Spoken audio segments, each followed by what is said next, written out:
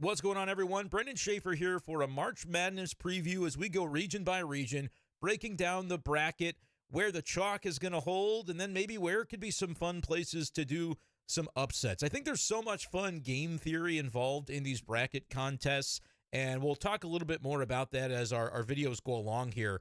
Going to do all four regions and then maybe one video at the end to kind of talk about a way that if you're just playing it from a game theory perspective rather than inserting your own personal takes, I think it's fun to have a blend of the two and kind of see where the data leads you.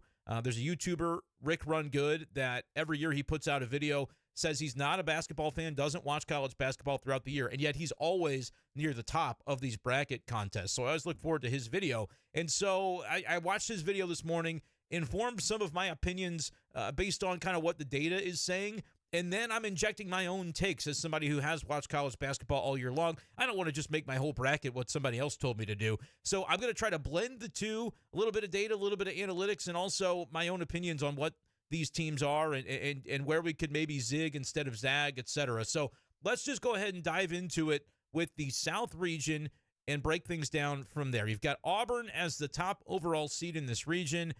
They'll play the winner of St. Francis, Alabama State in the first four. I'm not really going to think too hard about that one. Auburn will certainly advance in my bracket. And then it gets a little bit more difficult. Louisville, Creighton. We'll pull up the ESPN preview for some of these because it gives us a good insight with game odds and things of that nature. You've got Creighton and Louisville, the 8-9 matchup. Louisville was vastly underseeded. I saw a conspiracy theory on Twitter where somebody was questioning, did they just flip on accident inadvertently Louisville and Memphis?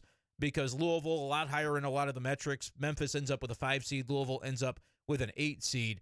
Kind of a funny conspiracy that I half believe. Sometimes I don't really know what's going on in that committee room. But in this case, Louisville ends up with a pretty rough draw, which means it's a rough draw for Creighton as well because they're playing a team that ostensibly could have been a 5 or a 6 or a 7, and they end up in the 8-9 game. Louisville favored by 2.5. I really like this Creighton team throughout the season. I enjoy watching them play, but it seems like lately they've let me down when it comes to matching with the numbers. If they're a slight favorite, they maybe only win by a couple, and they don't quite cover. Sometimes they lose outright. This is tricky because Louisville, with such a vast turnaround so quickly with a new head coach in there, has turned themselves into a really good team out in the ACC. I started when the bracket came out thinking I was going to be picking Creighton. Louisville, though, favored by 2.5 points after opening as a 1.5-point favorite. We'll take a look here at some of the KenPom numbers. I like looking at KenPom. I like looking at Torvik. There's a lot of different metrics that are good and interesting to view. Louisville, 23rd in the country in KenPom. Creighton down at number 37. Creighton are top 45 in both adjusted offensive and adjusted defensive efficiency. And I'm not sure if it shows up on the video that well, but this is that column here where it says ORTG, DRTG is a lot of what I like to look at. And it's also good to look at the adjusted tempo as well when you get two teams that might be matched up and stylistically very different. You can try and project, well, what's going to happen with that. Louisville, top 30 in both adjusted offensive and defensive efficiency, can maybe speed up Creighton a little bit with a 90 overall tempo. Tempo for Creighton is at 192.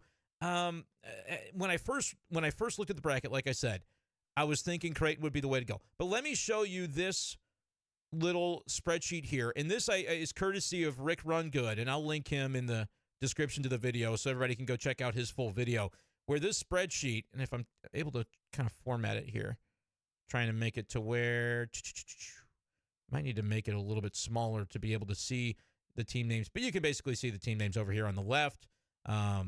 This right here, and I'll take myself off the screen as well for a moment to be able to give you a glimpse at what we're actually looking at when it comes in its entirety. All right, there we go. I scooted it over just a little bit. And what we're looking at here is odds according to, or percentages according to various sources. Nate Silver is where Rick Run Good used Nate Silver's projections as to the percent likelihood of a team advancing to a given round. You can see up at the top, it's to make the round of 32, and then there's to make the Sweet 16, and so on and so forth. And since we're starting at the top of the bracket, we're going to look at the section that is to make the round of 32 first. But what's so interesting is actually if you're filling out a bracket for a large contest, and this is what Rick Run Good does in his video, you actually probably want to start with picking a champion and working your way back. But since that's not the way that most people fill out a bracket, for the purposes of these regional videos, I want to kind of do it this way and start at the beginning and work our way forward rather than get too deep into the game theory of, basically who is the public picking and who should you be fading as a result of that. If the public, and the public is shown on the Yahoo section there, if the public is picking a team far more likely than the likelihood that that team is according to Nate Silver, to reach that round, then that's a team that you might want to fade. But you can't just do it in a vacuum, because as you get deeper, that the effective leverage might change. Whereas a team is negative in one round, if you advance them far enough, I think BYU versus Alabama, as you get to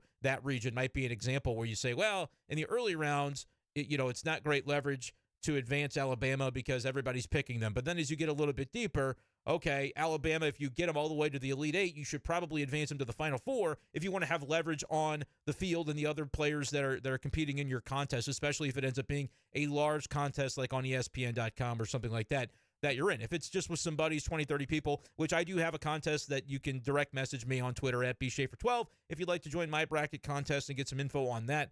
I am running one myself, but just a little bit of information about that. But we wanted to look here and see what does Nate Silver's projections have to say about the possibility of Creighton versus Louisville. And you see here, Louisville, 63.5% likelihood to advance according to Nate Silver's analytics. And look, if you think Nate Silver's full of it, I think sometimes he is, but it's the analytics that Rick Rungood uses, so I think it's interesting to use as well and to see where we can maybe come up with some advantages. Yahoo, according to Yahoo, they tell you, who's picking who. 54% of the population has picked Louisville to win that first-round matchup against Creighton. See down there at 43.9%, the amount of folks that have picked Creighton to advance, whereas Louisville has a far more likelihood, 63% compared to 54% to advance. That's 9% leverage, and then they do some fancy math, I suppose, and get it sorted by effective leverage. And so you can see here, Louisville, in this South region, one of the better first-round picks if you're trying to gain leverage on the field. Like, it's more than a coin flip, 63% according to Nate Silver, likelihood to win. So therefore, the fact that only 54% are picking them to win on Yahoo means you're probably, if that pick goes right for you, going to gain on your buddies who, more often than not did not pick Louisville based on the way that it all breaks down. So with all that in mind, and the fact that Louisville's the favorite, and we don't care about the point spread when it comes to our bracket, we're just looking at, being able to pick the winners, we're going to take Louisville. That was kind of a deep conversation to get this started, but now that I've kind of explained some of the background of what we're looking at, hopefully it can go a little bit smoother as we get into this a little bit more. I currently still have it sorted by effective leverage, and so take myself off the screen there. UC San Diego is the next game we have to pick, and they are a huge effective leverage play because Nate Silver, 40% chance of them winning, only 19% on Yahoo, which we're treating as the population, is actually picking them to win that first-round game over Michigan. And I think a lot of that is because most people might just, casually look at the seedings and say, 5 versus 12, 5's much more likely to win. However, when you look at the point spread on this particular game, it gets a lot more interesting because Michigan only favored by 2.5 points. That was the same as Louisville in the 8-9 game. So not usual to see such a tight point spread in a 5-12 game. And we're going to lean into that because I watched San Diego play in their conference tournament and throughout the year, and they're a really fun team. Michigan's dangerous. They won the Big Ten tournament, and so, there are always ways that this could go wrong on you. But what you'll find with these regional previews, I'm going to pick more upsets than is good for me to do. I really enjoy the upsets. That's what I'm rooting for anyway. So at the end of the day, it's probably what I'm going to be picking most of the time when it comes to these regional previews. Let's go to the next one, though, where I'll basically do the opposite of what I just said I was going to do. I would love to pick Yale. I would love to pick the Ivy League team to beat Texas A&M, but I think with the way that I drew it out in my bracket, the fact that I already have UC San Diego advancing, this is where a little bit of the game theory comes in, because UC San Diego, as much as I am going to be rooting for them to win this game over Michigan, they're only 40%. They were only a 40% chance to win it according to Nate Silver, and so that's a little bit less than a coin flip, a little bit living dangerously already. If we were to do the same thing with Yale, let's see, find Yale. They're 24%, only being picked 20% on Yahoo, so there is some positive effective leverage there. But then as you get to the next round, you're going to have to think, well, who do I want to make the Sweet 16? And sure, you can talk about the effective leverage, but you also have to look at the likelihood of it happening. Silver's got UC San Diego as just a 19% chance to advance at that point. Let's go ahead and sort the graph by that. Sure, Auburn, everybody figures, is going to advance. Michigan State, Iowa State. Where it gets relevant to our interests is in these 4 or 5 matchups of Texas A&M and Michigan. That would be the chalk holding to advance potentially to the Sweet 16. And let me scroll over. I'm not as adept at working the spreadsheets as some other people might be. But 32%, 24%, certainly the likelihoods fall with the teams that are seated higher. Michigan, actually, I sorted that by Michigan, Mississippi. I want to do A&M, Michigan. Okay, so there we go. 41% chance for A&M to advance into the Sweet 16. That's a much better rate than Michigan, who is at 32%. And we've already bounced Michigan. And then when you go over and look at the effective leverage, again, I'm not a smarty, but I see this 2.40%. See if I can get my cursor on top of the 2.40% for you. I see that, and that's related to the Texas A&M level of getting to the next round. So at some point, even if you want to root for all the upsets in the first round, usually the upsets happen in the first round, and then they kind of stop. So you have to kind of pick and choose. And if you take a 13 seed to beat a 4, and that doesn't happen, now you're burning yourself for future rounds. And in this case, I've already taken the 12 to beat the 5. So I think I'm going to have to, just to try to not be too crazy with my picks, what I'm going to try to do here is take Texas A&M to beat Yale and then probably advance them over San Diego, although you could have a heck of a time picking San Diego to beat A&M. That would be a lot of fun, but we won't have any point spreads or guesses on those because that's just a projected matchup. I wonder what the preview would say about a game that we don't know anything about yet. Yeah, you can get a look at their recent notable results and a win for, well, that's all the way back in December. So I don't really like that notable results tab. It doesn't really do us a whole lot of good. But San Diego, we can see there, they're 30-4. Man, I would love to pick San Diego to the next round, but I don't think I'm going to be able to do it. Just to try to not get too crazy with it. And look, there's going to be a spot where I probably will advance a double-digit seed to the Sweet 16, but I think it's not going to be in this region necessarily. All right, let's get to the bottom half of this region before we can pick our round of 32 games. Ole Miss, and then the winner of San Diego State, UNC. So actually, this may be a spot where I advance a double-digit seed right off the bat because, as I'll take myself off the screen to give you a full view of the different little data points that we've got here, let's take a look at UNC. What am I missing here? North Carolina. I was like, UNC's not coming up. They're labeled as North Carolina. So this one's interesting because this is a game that has not been played yet in the first 4. North Carolina has to play a first-round game against San Diego State, which is down here. Make sure both of that's on your screen. It is. Okay, so according to Nate Silver, to make the round of 32, UNC's got a 32% chance. San Diego State's only got a 12% chance. That tells you Nate Silver, and this is factual, I think North Carolina, everybody's got them favored to win that game over San Diego State. I personally believe that they'll win the game, but the fun part of it is when you're doing the bracket on ESPN, you don't have to pick.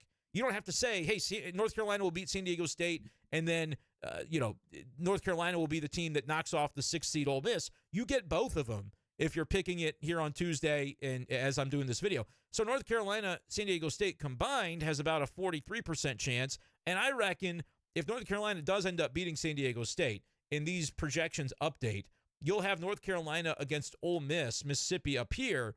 Mississippi's got a 54% chance to win that game when there's still a percent chance that it's the lesser opponent, San Diego State, that they'll be facing. If North Carolina wins that first 4 game in Dayton, I bet this number, first of all, I bet San Diego State will have their 12% consumed by North Carolina, and I bet it'll be closer to 48%, close to a coin flip on North Carolina.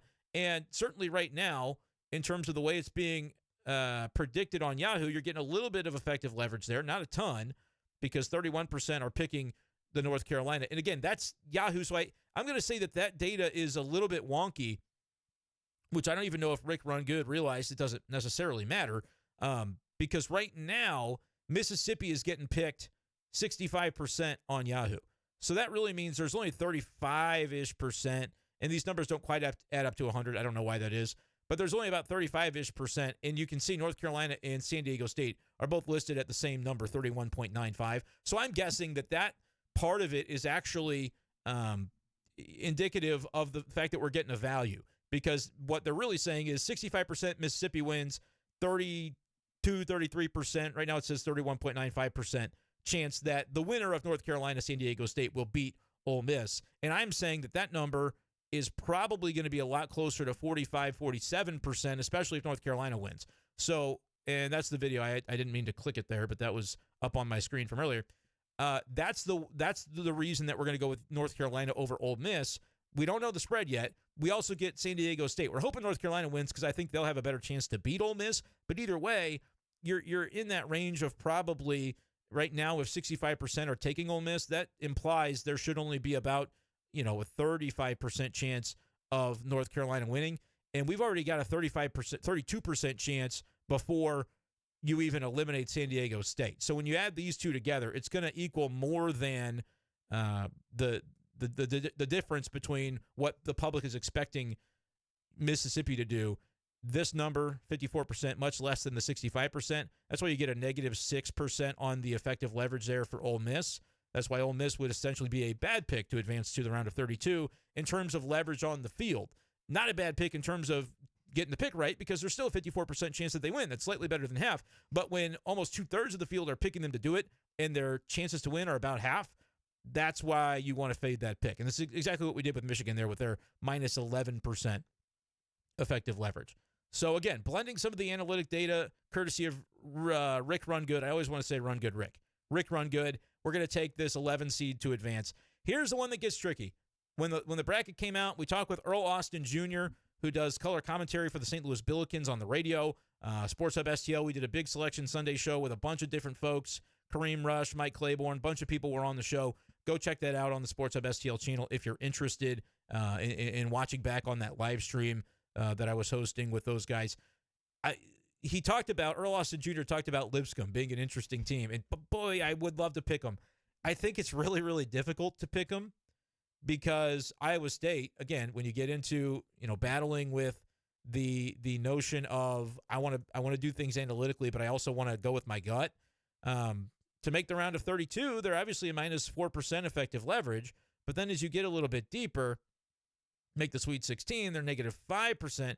Now, to make the Elite Eight, they'd actually become a pick that, if you're picking the chalk instead, like Auburn, Michigan State, you're not gaining on the field with that negative 9%, negative 7% effective leverage. Granted, they've got a 56% and a 40% chance to make it, but still this 25% to make the Elite Eight for Iowa State is not too bad. And it's a higher degree than what is being picked by the public, 22%. That's where that positive effective leverage comes from. I think it's effective leverage that he's talking about.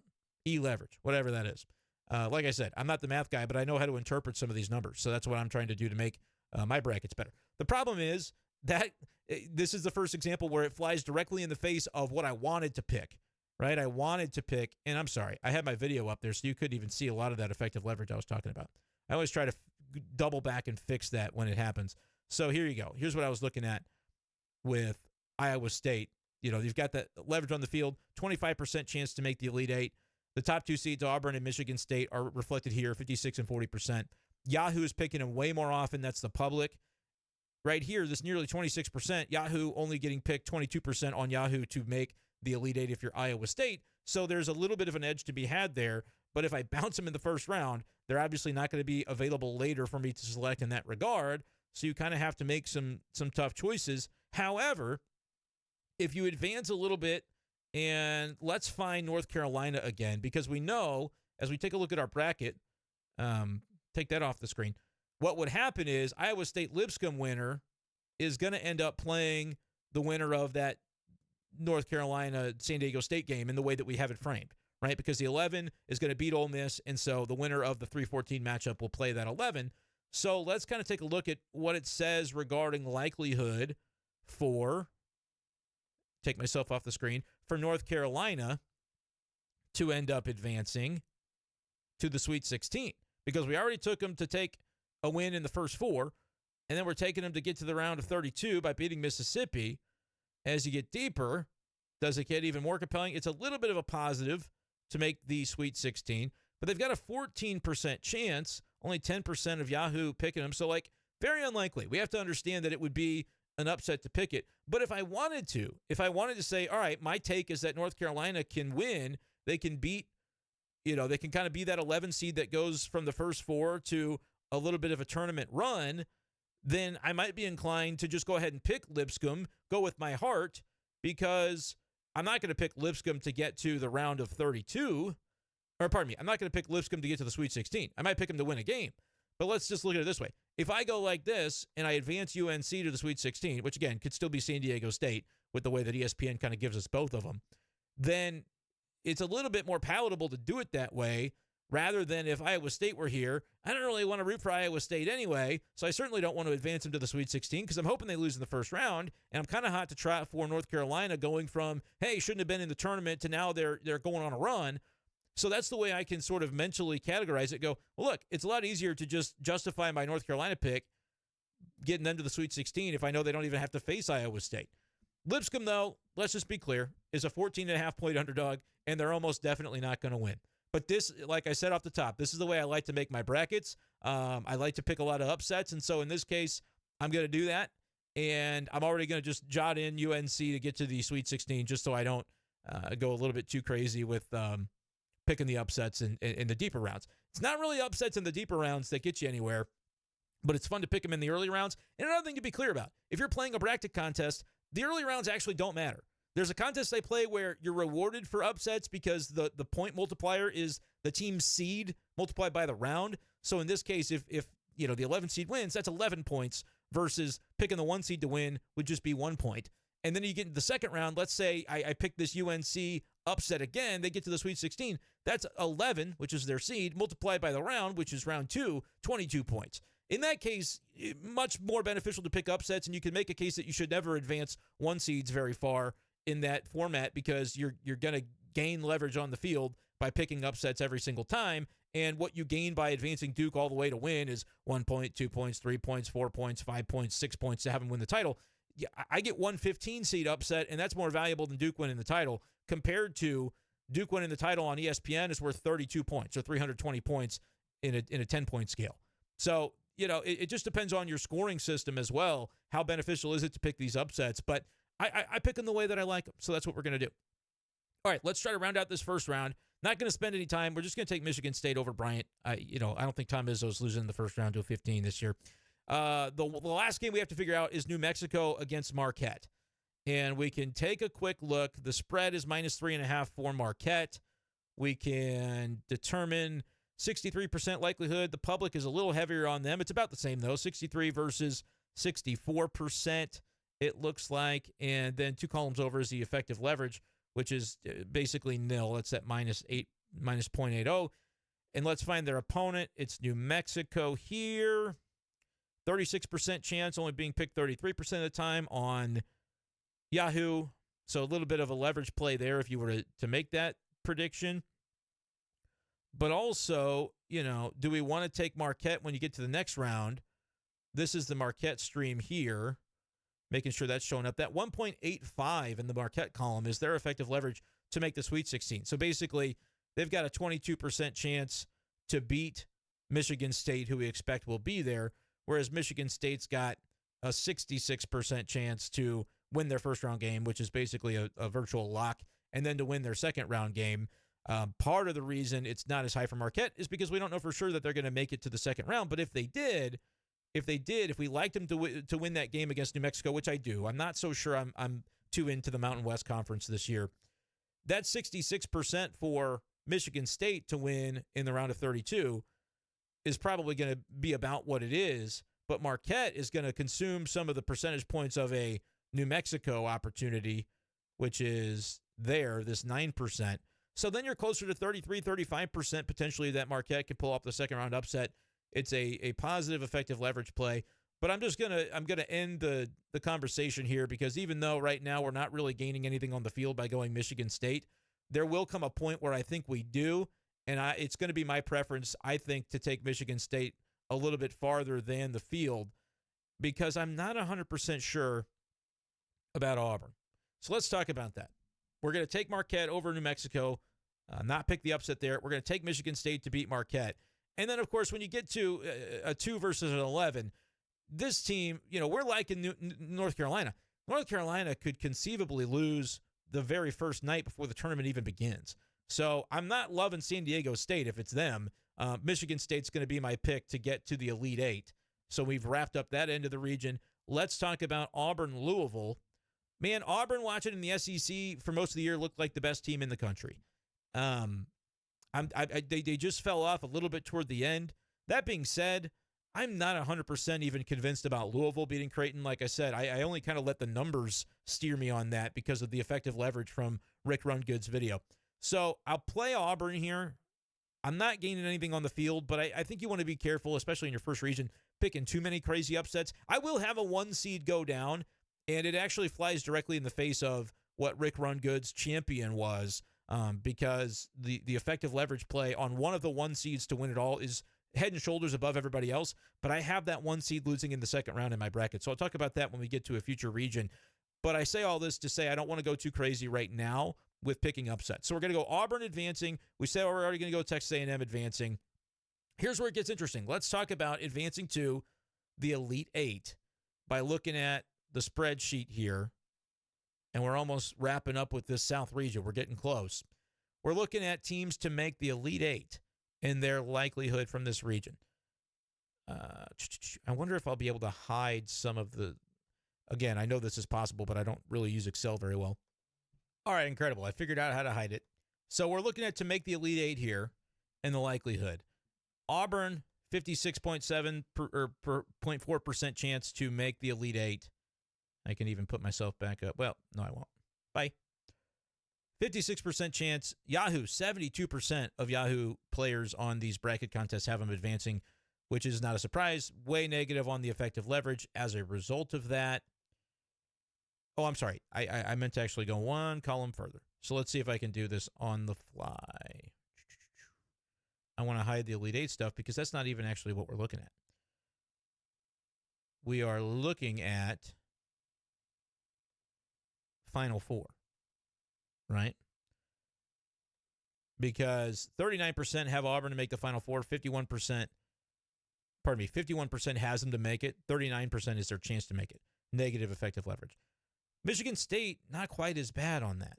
Still an 18% chance to make it. That's almost 1 in 5. Yahoo, 25% for sure. But maybe this is a spot to bounce them because we could basically start to root against Auburn. You can start to root against Auburn in the Louisville game if you decide that Michigan State's going to be your team to advance. And so by virtue of that, we're already thinking ahead to that potential Auburn-Sparty matchup in the Elite Eight for a chance at the Final Four. So would we take it one step further? What about Texas A&M? Now that we look at this is to make the Elite Eight, there is a 12% chance of that happening, and that's effectively of them to beat Auburn. And there's a little plus expected leverage there.